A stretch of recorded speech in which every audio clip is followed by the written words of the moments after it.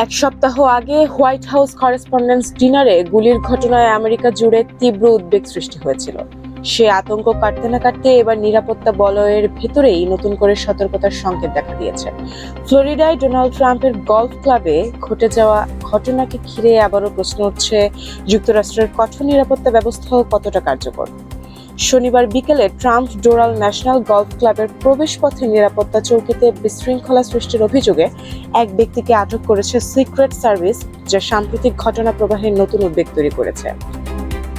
সংশ্লিষ্ট সূত্র জানায়, স্থানীয় সময় বিকেল 4:30টার দিকে নিরাপত্তা তল্লাশির সময় ওই ব্যক্তি আচরণে অস্বাভাবিকতা দেখান। মেটাল ডিটেক্টরে সতর্ক সংকেত ধরা পড়ার পর তাকে নিয়ম অনুযায়ী থামতে বলা হলেও তিনি নির্দেশ অমান্য করেন। প্রত্যক্ষদর্শীদের ভাষ্য অনুযায়ী পরিস্থিতি দ্রুত উত্তপ্ত হয়ে ওঠে এবং এক পর্যায়ে তিনি সিক্রেট সার্ভিসের এক সদস্যের সঙ্গে ধস্তাধস্তিতে জড়িয়ে পড়েন। ঘটনাস্থলে উপস্থিত ফেডারেল এজেন্ট ও স্থানীয় আইন শৃঙ্খলা বাহিনী দ্রুত হস্তক্ষেপ করে তাকে নিয়ন্ত্রণে আনে। পরে তাকে হাতকড়া পরিয়ে সেখান থেকে সরিয়ে নেওয়া হয়। সামাজিক যোগাযোগ মাধ্যমে ছড়িয়ে পড়া ভিডিওতে দেখা যায় অভিযুক্তকে নিরাপত্তা বলয়ের মধ্য থেকেই আটক করে নিয়ে যাওয়া হচ্ছে। কর্তৃপক্ষ নিশ্চিত করেছে ঘটনার সময় ট্রাম্প সেখানে উপস্থিত ছিলেন না। তবে এই ঘটনাকে হালকাভাবে নেওয়ার সুযোগ নেই বলেই মনে করছে নিরাপত্তা কর্মীরা। পুলিশ জানিয়েছে অভিযুক্তের বিরুদ্ধে বিশৃঙ্খল আচরণ এবং সহিংসতা ছাড়া বাধা প্রদানের অভিযোগ আনা হয়েছে।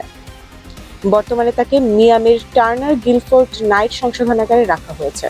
মাত্র এক সপ্তাহ আগে হোয়াইট হাউস করেসপন্ডেন্স ডিনারে গুলির ঘটনার পর দেশ জুড়ে যে উদ্বেগ তৈরি হয়েছিল, তার মধ্যেই এই নতুন ঘটনা যেন আরো বড় এক প্রশ্ন তুলে দিল। নিরাপত্তার এই ধারাবাহিক চ্যালেঞ্জের শেষ কোথায়?